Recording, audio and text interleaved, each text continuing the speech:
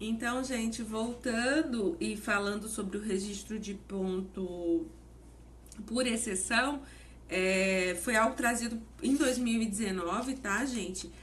Já no governo Bolsonaro. É, Vocês perceberam que a gente registra, né, o registro de ponto trazido pela reforma trabalhista e o que já existia, é você registrar os todos os dias, né? Todo dia você vai lá e registra seu ponto de atividade. E aí, se você chegou atrasado, vai estar lá registrado se chegou atrasado. Se você saiu mais cedo, vai estar registrado se você vai sair mais cedo. Você faz esse registro todos os dias. Acontece que agora em 2019, com a Lei 13.874, houve uma alteração no artigo 74, parágrafo 4º da CLT, para trazer a ideia do registro de ponto por exceção. Ao invés de você registrar todos os dias, você faz apenas o registro, o empregado faz apenas o registro dos dias de exceção. Por exemplo, um dia que ele fez hora extra, um dia que chegou atrasado, um dia em que houve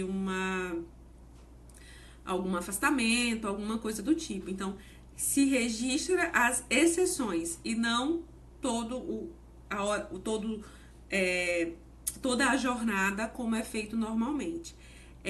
Esse tipo de registro, ele tem que ser previsto em convenção coletiva ou em acordo coletivo ou até mesmo em acordo escrito individual. Então, se for optado entre o empregado e o empregador por fazer esse tipo de registro de jornada, ou se a convenção e a convenção ou acordo coletivo assim prevê, ele pode utilizar dessa forma de controle de ponto, né? Agora sim, pode acontecer desse cartão de ponto não ter nenhuma exceção, né? E aí ser um cartão de ponto sem exceção. E aí ele seria britânico. Como é algo muito novo, né? Ainda está se discutindo e vendo a forma como isso de fato vai acontecer, né? É algo recente, algo trazido em 2019. Então, assim, se espera as discussões que isso venha a provocar, né? Porque também seria muito ilógico você nunca ter uma exceção, um trabalhador, a mesma forma como um controle britânico, de que você não tem nenhuma alteração no registro e ele é desconsiderado, como seria esse esse cartão por exceção, né? Esse controle por exceção, sem ter nenhuma exceção sempre, né? Não ter, você ter meses ali e não ter nenhuma exceção. Então, assim, é uma questão para se discutir em processo de trabalho sobre a ônus da prova, e aí isso a gente vai discutir, de fato, mais pra frente. Mas eu só quero que vocês entendam que há essa possibilidade, há esse tipo de controle de jornada. Então, você pode fazer o controle de registro de ponto da forma convencional, né, registrando todos os dias, ou havendo convenção coletiva, negociação coletiva ou acordo individual escrito, tá, gente? Aí você pode haver essa forma também, tá certo? Isso veio a partir de 2019. Uma outra coisa que a gente vai tratar agora é sobre as horas itineres. Horas itineres era bastante usado antes da reforma trabalhista, existia a súmula 90, era o deslocamento aquele deslocamento da empresa, do funcionário, né? Da sua casa até a empresa. Esse deslocamento, em algumas situações, ele era considerado como tempo à disposição do empregador. Então, se era um local de difícil acesso, não servido por transporte público, e o transporte era fornecido pelo empregado, ele era essa hora que o trabalhador estava, né? Desde que ele pegou ali aquele transporte até a hora que ele foi trabalhar e a hora que ele saiu do trabalho até a hora que ele, né, chegou em casa, era considerado como hora à disposição e era remunerado como trabalho, como trabalho exercido, né? Como uma forma de trabalho. Isso foi alterado com a reforma trabalhista e passou-se a alterar, né? Alterou-se a redação do artigo 58, parágrafo 2º da CLT, e passou-se a ter a seguinte redação: o tempo despendido pelo empregado desde a sua residência até a efetiva ocupação do posto de trabalho e para seu retorno caminhando ou por qualquer meio de transporte, inclusive o fornecido pelo empregador, não será computado na jornada de trabalho por não ser tempo à disposição do empregador. Então, a partir da reforma trabalhista, o artigo 58, parágrafo 2º, veio trazer, né, e dizer que não é mais tempo à disposição do empregador, esse tempo de deslocamento entre a casa, né, e o trabalho e vice-versa. Só é tempo mesmo de atividade exercida, só é tempo de trabalho mesmo, é o período que de fato ele exerce a atividade. Essas horas intíneres era regulada pela súmula 90 do TST, que hoje já não tem mais serventia, né? Agora, existem situações em que já existiam isso, né? E aqueles empregados que já trabalhavam antes de 2017, né? Que já estava na vigência dessa questão. E se a convenção coletiva prevê essas horas intíneres mesmo que que a lei diga que não é? Se a norma coletiva ela prevê, aí você faz o pagamento, tá? Mas é muito difícil a norma coletiva ela prever isso, porque isso é oneroso para o empregador. Então, nenhum empregador vai querer pagar horas intíneres. Na verdade, eles fizeram um lobby para que isso não mais existisse. As horas intíneres eram muito comuns aqui na Agrovale, na Embrapa, né, que são empresas de difícil acesso que fornecem transporte público, e eles eram condenados a essas horas intíneres. Quando se buscava, ou até eles já pagavam de forma normal mesmo. Só que agora há um entendimento jurisprudencial de que essas horas intíneres, né, essa supressão trazida pela reforma trabalhista, ela não alcança os contratos que já existiam antes de 2017, né? Os contratos vigentes antes da norma, eles continuam recebendo horas intíneres. Esse é o entendimento da jurisprudencial atual, de que se aplica, né? Não se pode ser a norma mais benéfica, né? Você garante esse direito adquirido. Esses empregados que já recebiam, eles continuam a receber. Mas todos que forem contratados a partir da reforma trabalhista, da vigência da reforma trabalhista, eles passam a não mais ter direito às horas intíneres. Tá certo? Então, gente, deslocamento hoje de casa para o trabalho e de trabalho para casa, não importa se caminhando, se por seu veículo, se por veículo fornecido pelo empregador, não importa qual seja o local, ele não é mais remunerado. Tá certo, gente? A gente viu em relação ao sobreaviso em relação ao sobreaviso, que a gente viu que são 24 horas, né, que a pessoa pode ficar de sobreaviso e remuneração de 1/3 do valor, né, nesse período que ele está em sobreaviso. Eu esqueci de falar com vocês sobre a súmula 428, que ela vai trazer o seguinte texto, me permitam ler aqui. O uso de instrumento telemático ou informatizado fornecidos pela empresa ao empregado por si só não caracteriza regime de sobreaviso. Então, não é só simplesmente o fato de você fornecer para o empregado uma forma de controlar, né, um celular, um tablet, alguma forma que haja uma forma de controle, por si só, somente ele, não configura regime de sobreaviso. Mas aí vem o inciso 2 que vai falar o seguinte: considera-se em sobreaviso o empregado que, à distância e submetido a controle patronal por instrumento telemático ou informatizado, permanecer em regime de plantão ou equivalente, aguardando a qualquer momento o chamado para o serviço durante o período de descanso.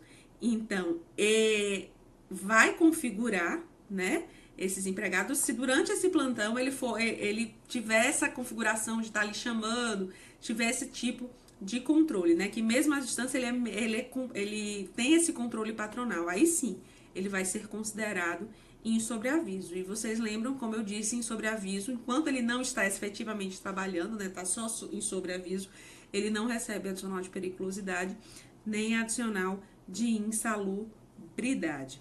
Certo, gente? Existem empregados que eles não têm controle de jornada. A gente está vendo aqui que existem formas de se controlar a jornada. Há uma limitação de jornada e há um controle.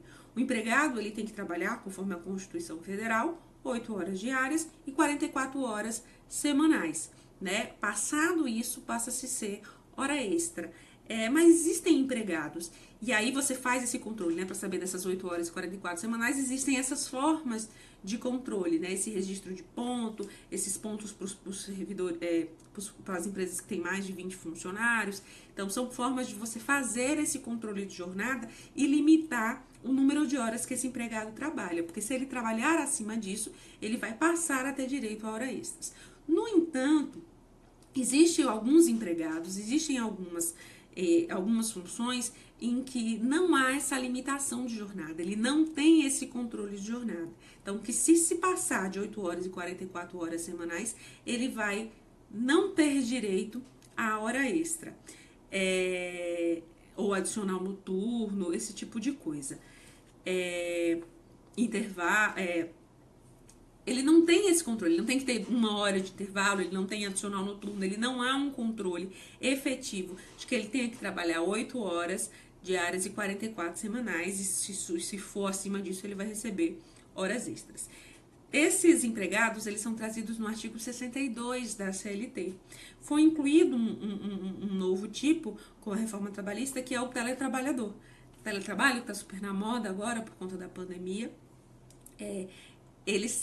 A gente vai ver que eles não têm um controle de jornada porque é meio inviável controlar quem está trabalhando dentro de casa. Então, existem 3 categorias, 3 tipos de empregados que não se tem esse controle de jornada. É o gerente com poderes de gestão, aquele empregado que exerce atividade externa e o teletrabalhador. Então, o gerente com poderes de gestão é aquele gerente que ele não vai ter essa limitação de jornada de 8 horas e 44 horas semanais, e eles exercem cargos de gestão. E eles têm uma gratificação não inferior, a 40% do salário efetivo. Então, ele ganha um adicional de 40% de salário a mais, e ele não tem esse controle de jornada. Mas ele tem que ter efetivamente poderes de comando, de gerir a empresa, né? Então, eles têm direito, ele tem poder de dar ordens, de contratar, de demitir. Ele é a própria figura do empregador na empresa. A norma, ela equipara a gerente, as pessoas, os chefes de departamentos, os diretores de departamentos ou filiais. Então, aqueles diretores de filiais, aqueles gerentes que eles têm poder, eles têm controle, eles têm que ter efetivamente esse controle de gestão. Não adianta só ganhar os 40%, ele tem que ter as duas coisas para ser descaracterizado o controle de jornada. Então, se ele tiver só um e não tiver o outro, não os caracteriza. Muitas empresas, principalmente em grandes cidades, eles aumentam o salário do empregado, eles dão essa remuneração acima de 40%, mas o empregado, na verdade, não tem qualquer poder. Ele não gerencia absolutamente nada. Então, se ele não tem esse poder de mando, na verdade, ele está burlando a lei trabalhista a partir do momento, a empresa está burlando a legislação trabalhista, a partir do momento em que ela apenas deu esse valor, mas não dá esse poder para não pagar hora extra. Porque é muito mais barato, porque esse empregado ele não tem intervalo, ele tira ali um intervalo na hora que dá, ele trabalha final de semana, ele não tem adicional noturno por trabalhar à noite, porque ele não tem qualquer controle de jornada. Óbvio que ele pode chegar mais tarde, se puder, mas normalmente quem tem poder de mando trabalha muito, trabalha 15, 16 horas por dia. Então, algumas empresas, elas dão esse adicional, te pagam a mais, principalmente, por exemplo, em São Paulo é muito comum isso, eles te pagam a mais, mas você, de fato, não tem qualquer poder de comando. Eles te dão um nome bonito de coordenador, do que for, de diretor, mas, na verdade, você não tem poder de comando nenhum. É só para você realmente não ganhar horas extras. Aí, se você entrar na justiça e conseguir provar, óbvio, é alterado, é modificado e você consegue reverter. Mas aí você teria que entrar na justiça, tá certo? Mas assim, isso não exclui o DSR, que é o descanso semanal remunerado, né? Aquele dia de folga, e nem as folgas no feriado, tá certo? Ele não tem esse controle de jornada, mas ele deve ter um dia de descanso, e é remunerado por isso, e a folga durante os feriados. Um outro tipo de trabalhador que não tem esse controle de jornada é o trabalhador de atividade externa. É aquele trabalhador que não efetua suas atividades dentro da empresa pela própria questão do trabalho mesmo. E aí não há como fazer esse controle.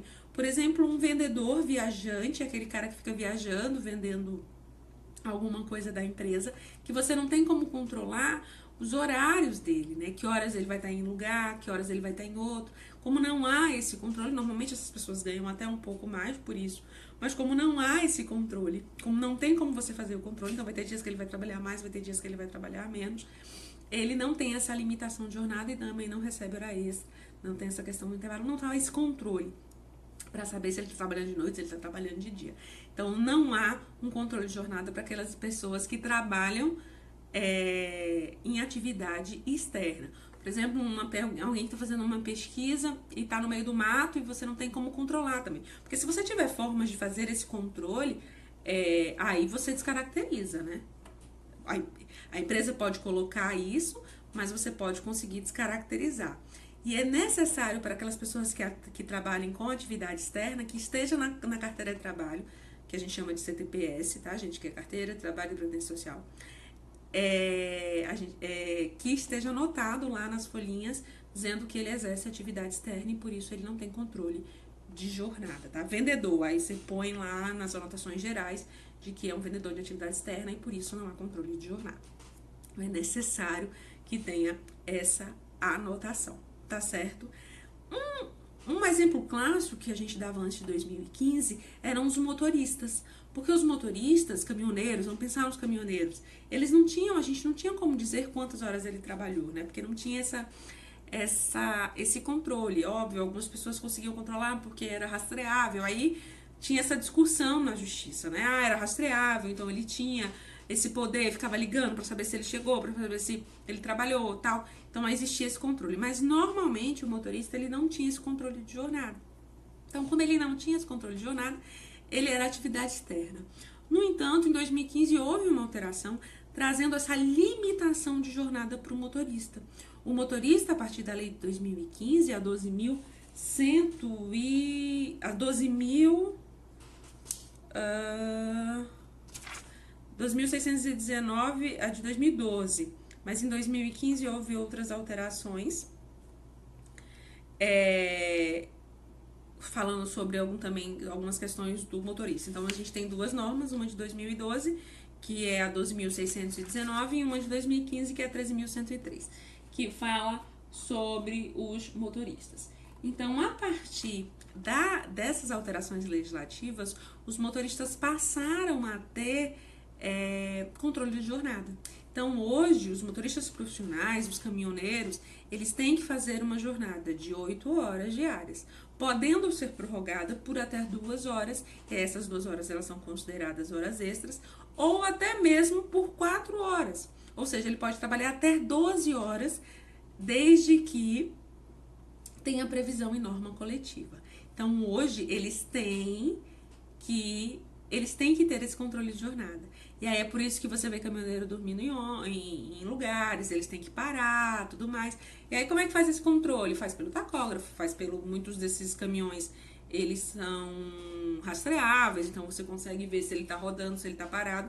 E aí ele necessita fazer dessa forma, desse controle, tá, gente? Então tem que ter o controle, porque caso exceda esse tempo, ele vai receber como hora extra. Então, existia muita essa pressão em cima dos caminhoneiros, e a ideia disso é fazer com que eles parassem de tomar aqueles arrebis, tomassem drogas, né? Era uma categoria que muito se drogava para conseguir cumprir prazos, porque não tinha esse controle, né? E existia uma cobrança muito grande, mas a partir dessa alteração passou-se a ter, visando até mesmo a saúde desse trabalhador mesmo, ter esse controle de jornada. Eles também têm direito à hora noturna reduzida. A gente vai ver mais na frente que a hora noturna do trabalhador urbano, ele é reduzida em 52 minutos e 30 segundos. Ao invés de contar 60 minutos, ela conta 52 minutos e 30 segundos. E esse caminhoneiro, ele vai ter direito a isso com um percentual mínimo de 20%. Então, se ele trabalhar no horário noturno, que começa às 10 da noite, se ele trabalhar a partir das 10 da noite até 5, né, se ele rodar de madrugada, ele recebe o valor noturno, né? Recebe a hora acrescida de 20%, se não tiver convenção coletiva, dizendo um valor maior, ele vai receber pelo horário noturno também. Então ele tem, vamos lembrar que o motorista hoje, ele tem o controle de jornada, podendo fazer até 4 horas se tivesse CT, ou ACT, caso não tenha, ele pode fazer até 2 horas a mais. Ele recebe adicional noturno, porque quando ele trabalha no horário noturno, de 10 a 5, com um acréscimo mínimo de 20% da hora. E também é permitida a jornada 12 por 36, ou seja, trabalhar 12 horas e folgar 36. Também é permitida desde que tenha a autorização por convenção coletiva ou por acordo coletivo. Tá, gente? Aí tem aquela questão do tempo de espera também, para carga e descarga, para fiscalização, que ele também recebe 30%, né, do valor da hora, ele vai receber, né, ele não ganha como extra, né, ele vai receber 30% daquele valor, ele tá parado, ele não tá dirigindo, ele recebe 30%. O motorista também passou a ter direito a intervalo. Então, a partir de agora, ele tem direito a intervalo mínimo de 1 hora, que pode ser fracionado. Então, o motorista de passageiros, por exemplo, esse ônibus que roda dentro da cidade, né, que às vezes eles param, ficam ali 15 minutos, tal, né, esperando. Então, esse horário, ele pode ser fracionado. Essa 1 hora de intervalo, ele não é remunerado, tá, gente? A hora de intervalo não é remunerada, é hora para descanso e alimentação mesmo. E ele também passa a ter direito a um intervalo interjornada. A gente vai ver que o intervalo a gente tem um intervalo intra e um intervalo inter. O intervalo intrajornada é dentro da mesma jornada. Então, se eu trabalho 4, descanso 1 hora, trabalho mais 4 naquele mesmo dia. O trabalho interjornada são 2 jornadas distintas. Trabalhei, né, meu dia aqui, dentro de 24 horas, né, e eu tenho que ter esse descanso de 11 horas, de uma jornada para outra. Então, para começar um outro trabalho, trabalhei hoje, meu horário, para eu começar o outro trabalho, eu tenho que ter pelo menos 11 horas de descanso. Então, o motorista profissional, ele também passou a ter direito a essas 11 horas. É garantido a ele, né? E pode ser fracionada também. Ele pode tirar 8 horas, porque é necessário que você tenha 8 horas de sono. Então, 8 horas ele pode tirar, e aí ele tira o restante dentro das próximas 16 horas seguintes. Tá certo? Então, eu posso fracionar o intervalo inter em 8 e depois tirar mais o restante nas próximas 16 horas. E posso fracionar o intervalo intrajornada de 1 hora também. Tá certo, gente? E aí, quando a viagem for longa, ele pode tanto descansar dentro do próprio veículo, como também em alojamento. Ele pode fazer esse intervalo interjornada dentro do próprio veículo, né? Os motoristas, muitas vezes, eles dormem dentro né? Tem os caminhoneiros, ou em alojamentos, que são, a gente pode ver muito em ônibus, né? Quando o ônibus é uma viagem muito longa, aquelas viagens, né, que não param, quando você não há troca de motorista, ele dorme dentro do ônibus, ou muitas vezes eles trocam de motorista, pegam aquele motorista que está dentro do alojamento da empresa, né? A empresa para no ponto de apoio e pega aquele motorista que está dormindo dentro do alojamento. Tá certo, gente? Então, essas foram as alterações trazidas pela legislação. Eu peço que vocês façam uma leitura dos artigos previstos, o 235, que aí vem o C, o D, o F, ele vai trazer todas essas informações sobre motoristas. Eu peço que vocês deem uma olhada para melhor entender essa questão dos horários dos motoristas profissionais. Quanto ao fracionamento de intervalo, ele está previsto no artigo 71, parágrafo 5 da CLT. Tá certo, gente? Mas basicamente é isso que vocês precisam saber nesse exato momento sobre a jornada do motorista profissional. Ele pode fracionar intervalo, ele pode tanto o intra quanto o inter, ele tem direito adicional noturno, pode ter jornada de 12 por 36 e ele tem limitação de jornada. O outro, além do gerente, né? Além do gerente com poderes de gestão e das pessoas que fazem atividade externa, e a gente agora esquece o motorista profissional porque ele tem controle de jornada, a gente tem a ideia, a figura do teletrabalhador, né? De acordo com o artigo 62 da CLT, ele também não há controle de jornada para ele também.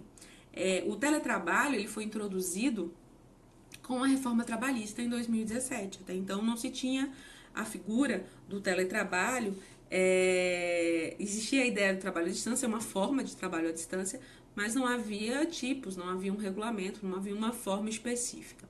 Com a reforma trabalhista, houve essa modernização e aí trouxe essa forma moderna, essa forma, né, que é adotada hoje em dia por muitas empresas e que está sendo bastante adotada nesse momento de pandemia, né, onde a gente precisa estar distante e essas pessoas elas são resguardadas também, elas podem fazer esse teletrabalho.